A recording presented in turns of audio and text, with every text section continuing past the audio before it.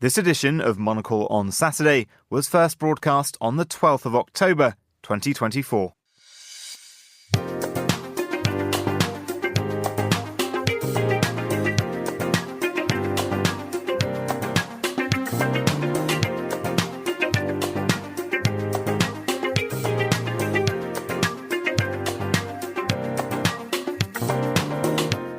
Hello, I'm Vincent McAviney, broadcasting to you live from Midori House in London. This is Monocle on Saturday.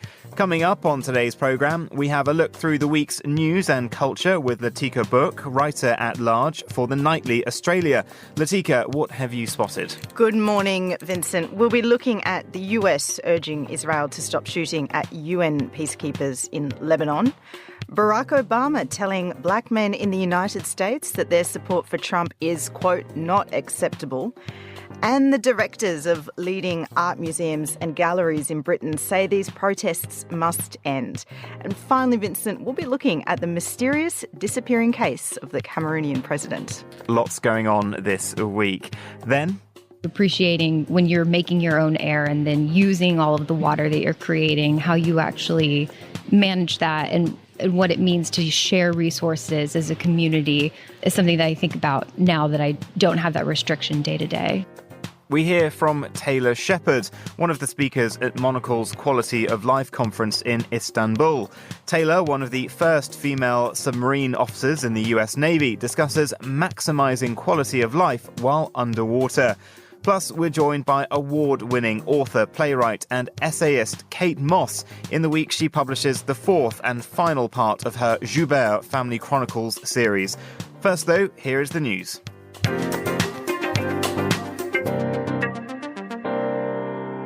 The US has urged Israel to stop shooting at UN peacekeepers in Lebanon as it seeks out Hezbollah, following two incidents in as many days. The leaders of France, Italy and Spain also issued a joint statement condemning Israel's actions, saying they were unjustifiable and should immediately come to an end. Embattled aerospace manufacturer Boeing is set to cut its workforce by a tenth, axing 17,000 jobs, and delay some production as it seeks to address several issues across its business.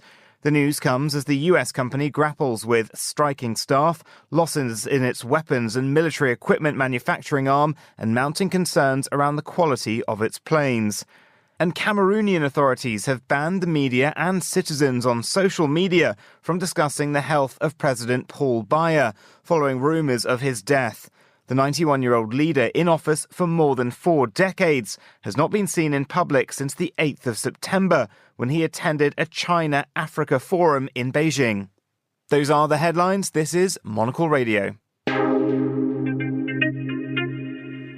Well, hello and welcome to Monocle on Saturday. Once again, I'm Vincent McAviney here in Studio 1 at Midori House. And I'm pleased to say I'm joined by Latika Bourke, writer-at-large for the Nightly Australia. Latika, always good to have you in the studio. How's your week been? Good morning. Well, a very nice week, actually. I met Nigella Lawson. Wow. Yes. How did that happen? We've been following each other on Twitter for years, and we were both at the launch of a beautiful Australian porcelain ceramics company's new opening in Islington, and Nigella showed up.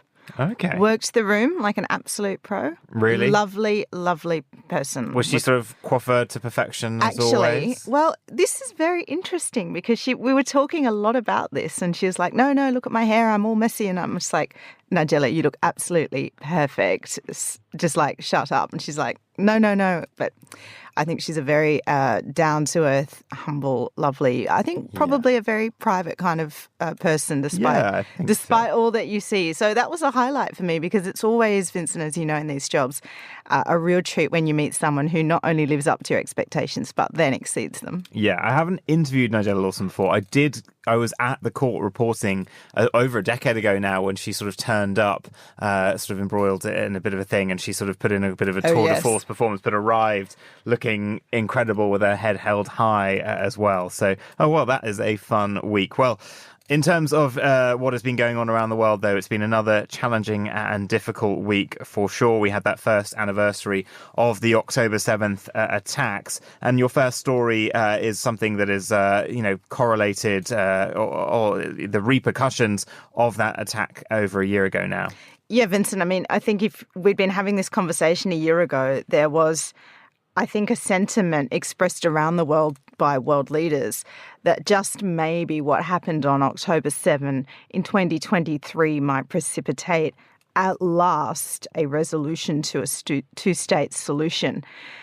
Actually, fast forward, and what we've seen happen is, I think, something nobody foresaw, which is Benjamin Netanyahu, a deeply domestically unpopular politician, actually, I think, shoring up his position. He's opened a war on two fronts now and has Hamas on the back foot and has had some major victories against Hezbollah in Lebanon. But this has come at a huge price because internationally, I think Israel has never felt probably more alone and more cast off by the international community. And that, I think, will only continue as these wars continue. And US President Joe Biden is now the latest leader to come out and publicly urge Israel to stop firing at UN peacekeepers who are operating in Lebanon around the border to secure that buffer zone, I guess, if you like. And this is a very difficult situation because Israel is saying, well, we know for sure that Hezbollah operates around these UN bases. No UN peacekeeper has been killed, but we have had two incidents where UN peacekeepers from Sri Lanka and Indonesia have been injured. And so this, I think, is just another incident that will be on loop for the next few weeks as we see how this war progresses. And the governments of France, Italy and Spain have also issued a joint statement condemning the actions in Lebanon around these peacekeepers. I mean, if we've mentioned there, they've got, Hamas on the back foot. Hezbollah dealt this devastating blow with the blowing up of the pages and the walkie-talkies a few weeks ago. Ultimately, though, this is a real strike back for Israel as much as they've become unpopular against Iran, who has ultimately funded and directed these groups. And we are all still waiting for Israel's response to Iran after that latest barrage of rockets now last week. I mean, a year on, you say no one envisages this. We're further away from a two-state solution than we've sort of ever been. But where does Israel go here in Lebanon? How precarious a situation is it? Because there are calls domestically from even former, Prime Minister Naftali Bennett for them to really go hard. They're calling it a once-in-a-generation opportunity to strike in Iran and to deal a real blow. We've got Joe Biden saying, don't go after their nuclear, don't go after their oil. Where does Israel go now? Well, perhaps we should have seen this coming because Benjamin Netanyahu is nothing if not a political opportunist. And what he has, I think, successfully done here is reorient what happened on October 7 away from a discussion about where that ends in terms of Palestine and Gaza and a two-state solution to making this now, no, this is war in Iran. And for once, we are going to deal with the threat that we see by eliminating first its proxies in Hezbollah, maybe even the Houthis in Yemen and certainly Hamas in Palestine, in Gaza, and then turn its gaze towards Tehran itself. Now, obviously, that is something where the United States, I think, has been more capable of saying to Israel, calm the farm, and also to Tehran. And we have seen some time and distance between each counterattack between Iran and Israel, and I think that is largely due to the United States. But now I think we are also in a bit of a holding pattern because we're so close to November 5 now. And if the Trump administration does come back in, you will have people around Trump saying to him, let Israel do what it must and let Israel go for it. Don't do this Biden administration tactic of, wagging the finger in public, but here's a limited range of what you can do, but don't finish the job. There will be people around Trump saying, you let Israel finish the job once and for all.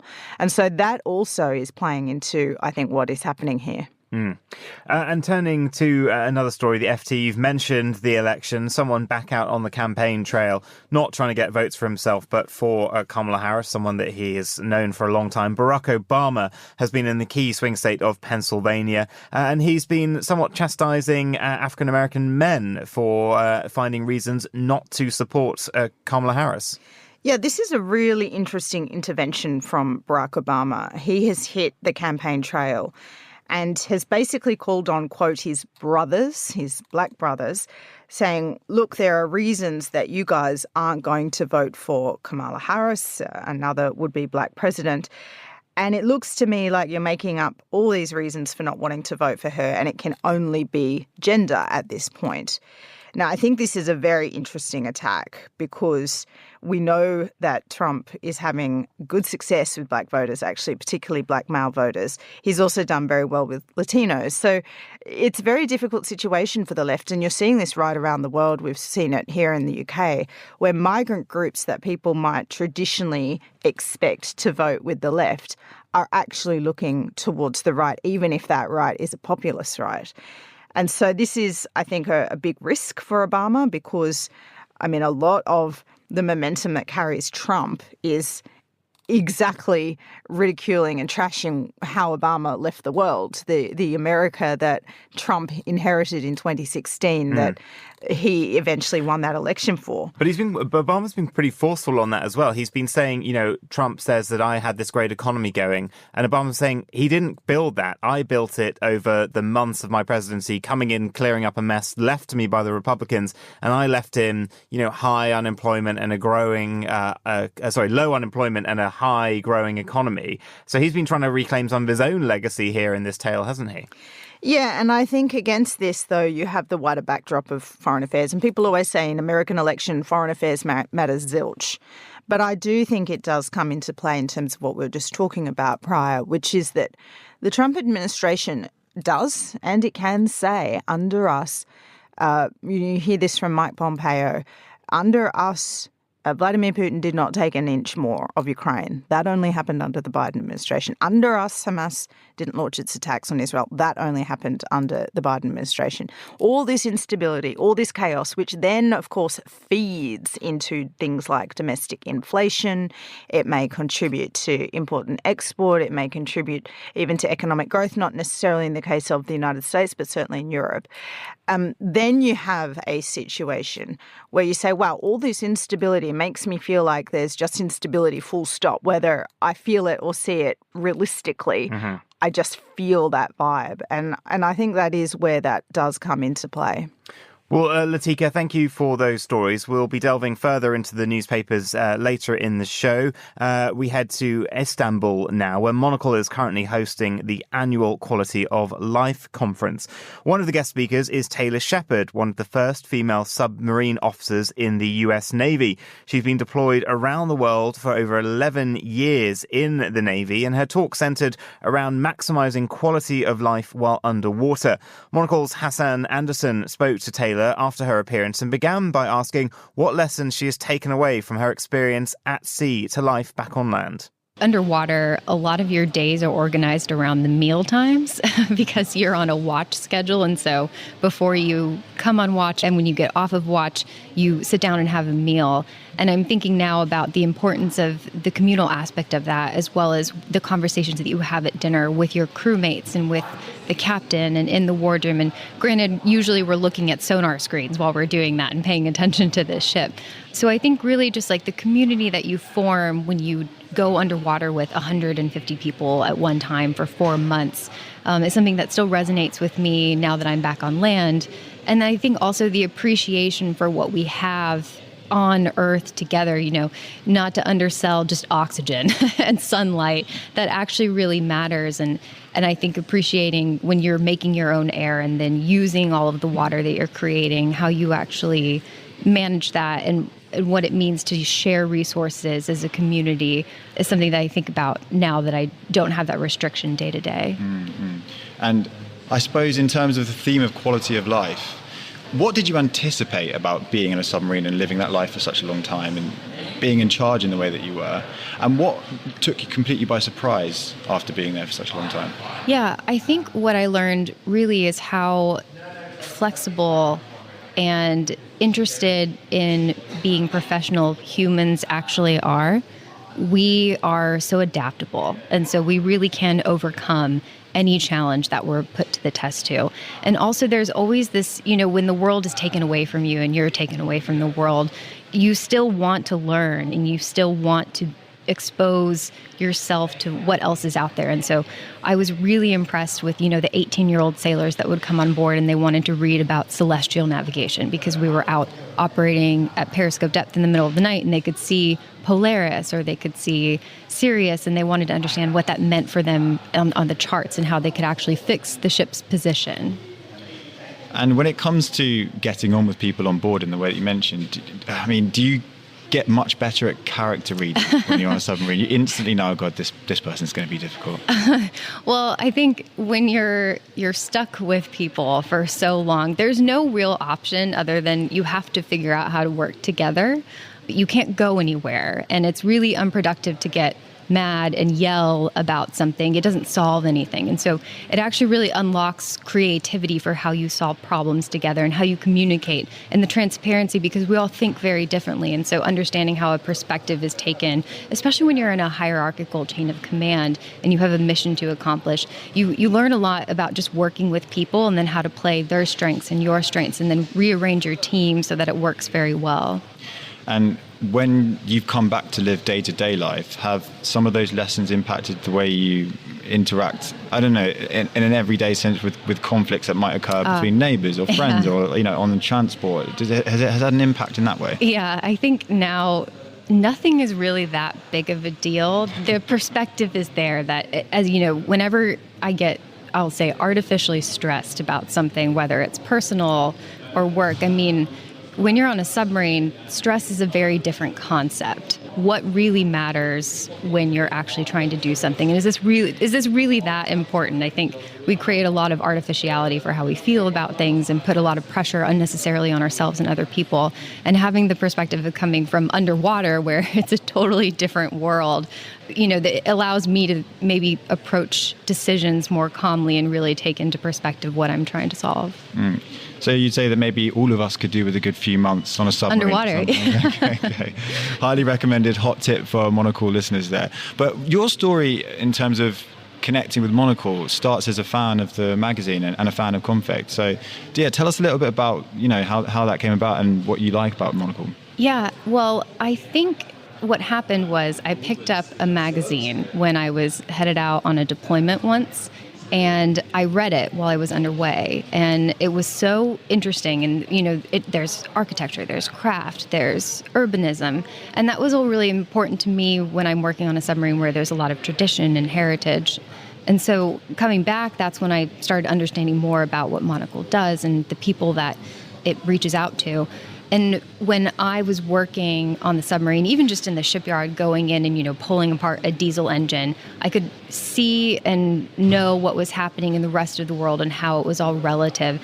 Sometimes were times late, I would take magazines and download radio episodes before I would go underway. So I would listen to the Davos Economic Forum recap 3 months later.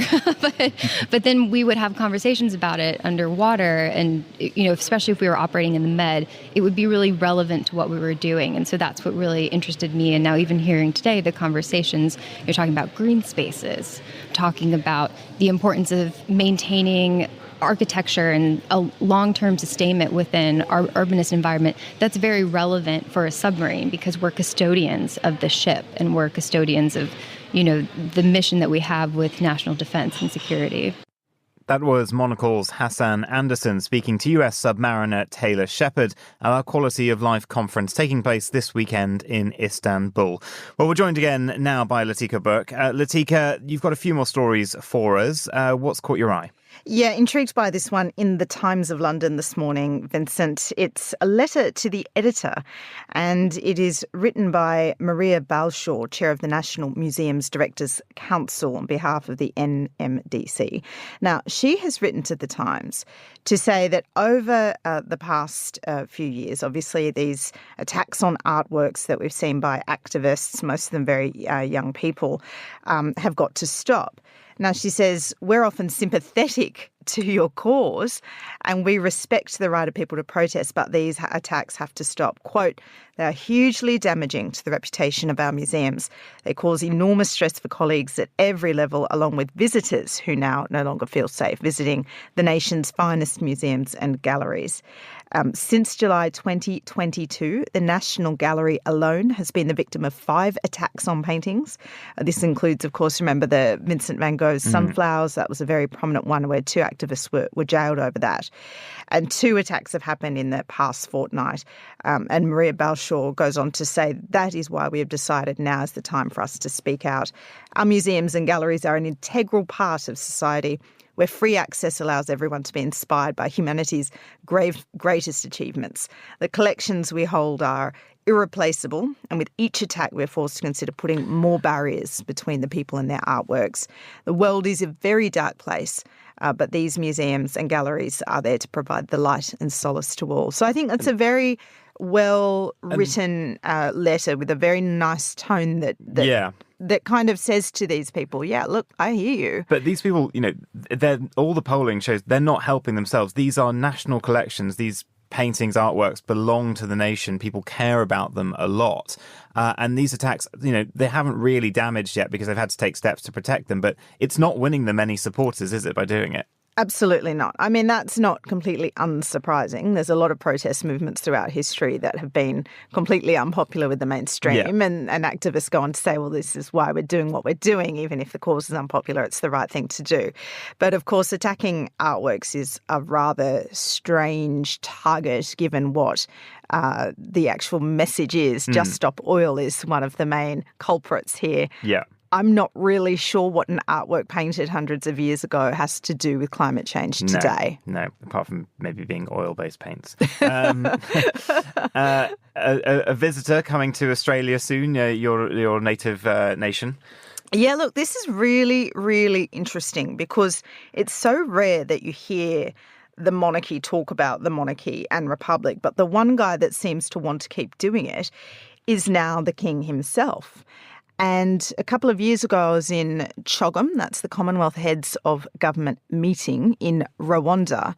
And then Prince Charles was Prince of Wales. And he did then suggest to countries that if they wanted to become republics, go for it, essentially. We're not going to stop you.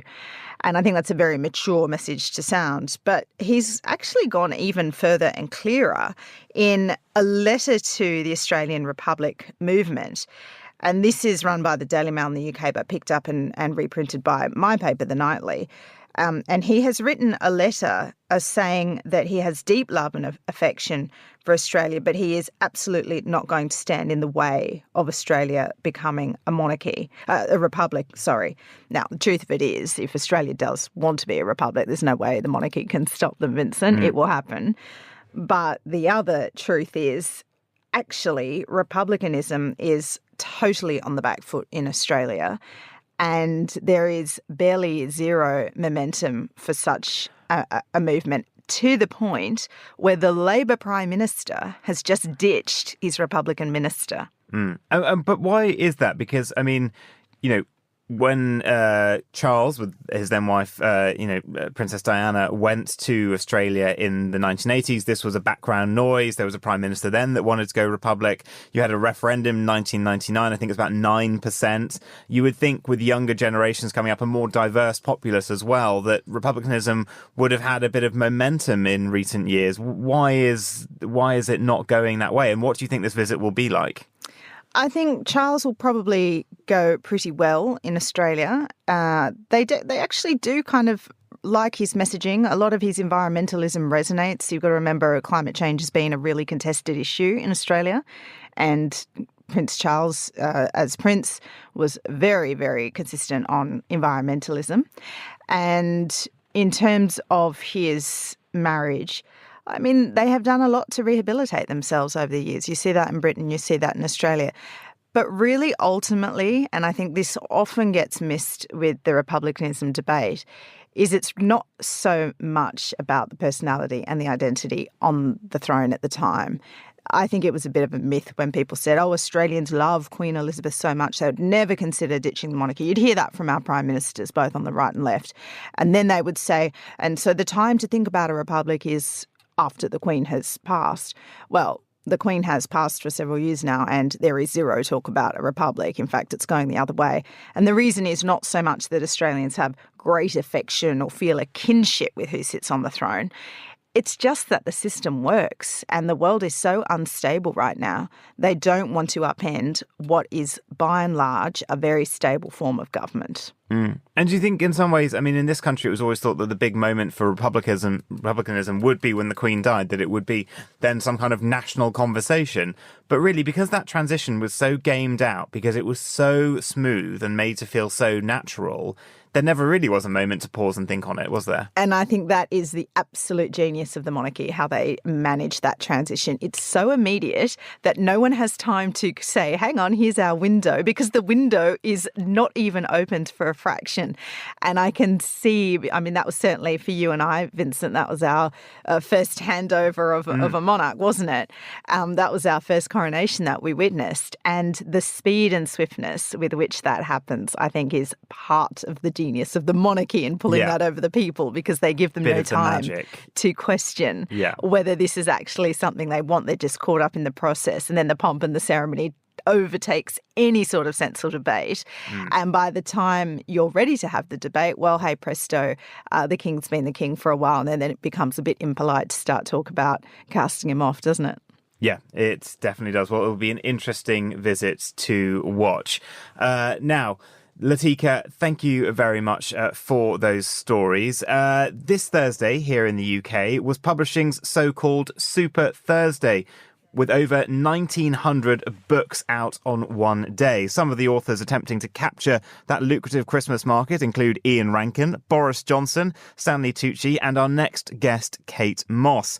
Her latest book, The Map of Bones, is the conclusion of her highly successful Joubert Family Chronicles. Painstakingly researched over 12 years, the series tells the tale of generations of Joubert women, starting in France in 1562 and concluding in this latest novel in South Africa in 1862. Kate Mosse joins us on the line now. Welcome to the show. Kate, what can readers expect from your latest book? Well, it's lovely to be here. It's bookshop day, so particularly lovely to be here. It's an adventure novel, a kind of detective thriller that's set partly in 17th century South Africa and partly in 19th century South Africa. And it's the story of two women, one called Suzanne, one called Isabel in the 19th century. And they are in search of the story of the women of their families. So Suzanne has had to leave France after a terrible incident. It's the wars of religion are still going on. She's gone to Southern Africa because her ancestor, a pirate queen, sailed there in the 1620s and then vanished, was never heard of again. So it's a quest story, if you like. And then Isabel, nearly 200 years later, is there to write the story of all the women of the Joubert family. So it brings together to an end 4 novels following the story of this particular family. It's kind of an epic adventure saga. So it's been very emotional to write it, actually, and finish off the story. I bet, because I mentioned it's been 12 years of research and writing. You're known for that real in-depth historical insight. What was the process like of writing this series? Well, I mean, it started because I was invited to a book festival in Franschhoek in Southern Africa. And there I came upon a piece of history that I'd never heard of, namely that about 400 Huguenot refugees just looking for somewhere to be safe and to lay their heads found themselves in Table Bay, which of course will become Cape Town, in 1688, to begin a new life and to start planting vines and to be part of that society. And this kind of blew my mind. And so I wanted to then learn about the Huguenots, and I went right back to the wars of religion in my beloved Carcassonne. So I did years of research before I went anywhere near my computer. But then I started publishing. The first one came out in 2018. And this is the 4th and final one. But the key thing to say is that you can read the map of bones on its own. You don't have to have read the other ones. Okay. But that's the nature of research, that in the doing of the research and visiting Southern Africa many, many times and being in this beautiful town of Franschhoek and Stellenbosch and Cape Town, out of the research comes the ideas for the story. And it is a pioneer novel, the story about people who, some of them had never even seen the sea before, let alone got on a ship and sailed to the other side of the world. So it's just fascinating history. But in front of that, it's my imaginary characters who are on an adventure story, detective story to discover who is buried in the land of Africa. Well, you've really well described what it is. I mean, you've championed telling women's stories. A lot of literature aimed at women is often just sort of romance-based. But how important is it to you to sort of tell the stories of women in particular periods of history? Well, it's very important to me because we were always there. So, the thing about writing historical fiction, which puts women in the spotlight, is it's not about retelling history, and it's not about taking the gorgeous, wonderful men out. It's simply about saying women were always there, but the writing of history has often left us out. So that's what I feel really passionately about, that women and men built the world together, and we need to tell all the stories. Otherwise, it's not really history at all. And that's been the problem, I think, with history books in the past, that quite often they only talk about generals and religious leaders and kings. And they forget that most of us, the vast majority of people on this planet are not those people. So that's where the research comes into its own, because it's about telling the stories. All of my characters are imagined, but they are based and inspired by women who could have lived. And, of course, what I want is people to say, oh, I couldn't put it down. And by the time they get to the end of the map of bones, to be a little bit wet-eyed at the story that I've told and it's come to an end. But as you say, I don't write love stories, although there is love within my books. I want to write all the other things about women's lives and men's lives that make up the world that they lived in and the world that we see now. Well, you previously worked in publishing. Thursday was the biggest publication day of the year here in the UK. Some 1,900 books are out, starting off that Christmas selling frenzy. You're one of hundreds of authors releasing books. What does it take to be a successful author these days? Oh, stamina. I mean, I'm talking, it's why I kept vanishing. I'm talking to you from another hotel room in another city. Well, you are, I looked this up and you're on a weeks-long tour. You're making dozens of appearances at bookshops 45. And literary festivals. 45. I mean, that is quite, you're like Taylor Swift out there. Without the leotard. Yeah. Yes. I am, but you see that the reason I'm doing that, and several of my friends who also have books out at the same time, like wonderful Paula Hawkins and Sophie Kinsella and Ian Rankin. The thing is that I really like meeting readers. People have been saying to me when they've read The Map of Bones, you must feel so bereft to be saying goodbye to the characters. And I said, but I'm not saying goodbye, because I'm out now sharing them with the readers who have been waiting for this book. And I love doing events, because then readers come up afterwards and they tell you their stories and why this book means something to you. And I'm in Bath at the moment. I'm about to go to Dorchester Literary Festival this evening. And in Bath last night, 2 women who were South African from different communities in South Africa came up and said, I can't wait to read this because this is where I grew up. So you don't get that if you don't go on the road. But, I'm in my 60s now, so it's a little bit more tiring than it used to be. Well, it doesn't look like it from that schedule. And I was really struck by something I read that you said this week. A lot of people think your success was immediate, but it was actually your sort of 5th book, Labyrinth, which was your breakthrough work. And I've heard you say in an interview this week that for the first 4 books, I was just a reader who wrote, and then things changed. For any listeners out there with ambitions to be an author, what would you advise them is the most important thing to do? Well, it's going to sound a ludicrous thing to say, but actually this is what trips people up. Anybody listening, if you want to write, you have to write. Putting it off because you don't have enough time doesn't work, because it's absolutely true that you might not have enough time to write that novel you've got in you, or that story of your family that you desperately want to tell. But you can write a little something every day. It's just like getting fit to run a marathon. So that when you do have the time to sit down for more than 1 hour at a time to write that novel or biography or history, your writing muscles are ready. And the other thing to remember is this. that the books that people read when they buy a copy of The Map of Bones, they take it off the shelf. I have written that, edited it again, rewritten it again. Quite often new writers compare their first efforts with published books on the shelves. Let me tell you, all of us, it's a hot mess when you write your first draft. And the real work of writing comes in the editing and the being tough and going, you know what, I love this bit, but it doesn't do anything for the story. It doesn't do anything for the plot. So just dive in. Only you can write the book you want to write. Nobody else can write that. And understand that failing is a key part of creating something. So just keep at it. And just finally, you've now finished the Joubert Chronicles. You've done plays before. You've written sort of books in series, but individual books as well. What's next for you, Kate? Well, I'm on the road writing my first YA book, non-fiction book.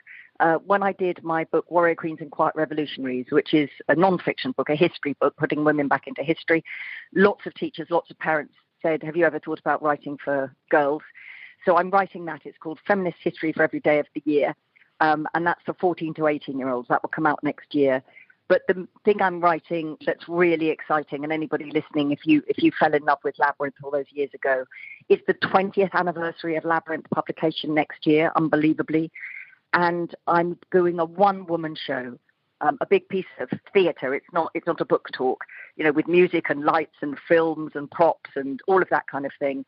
And I'm doing a UK tour in March and April next year. So if people go onto my website, they'll be able to see where I'm going to be coming to a theatre near you.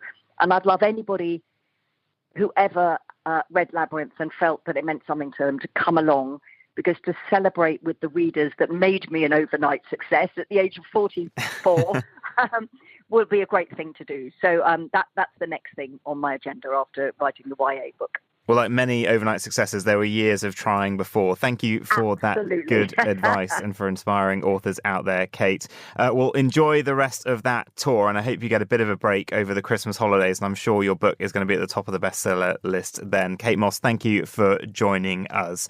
You can buy The Map of Bones now. It is bookstore day today, as Kate was saying, so why not go and support your local bookstore and pick up a copy. And that's all for Monocle on Saturday. Thank you to our producer and studio engineer, Mariella Bevan. My guests were Latika Bourke and Kate Mosse. Monocle on Saturday returns next weekend. I'm Vincent McAviney. Thank you for listening.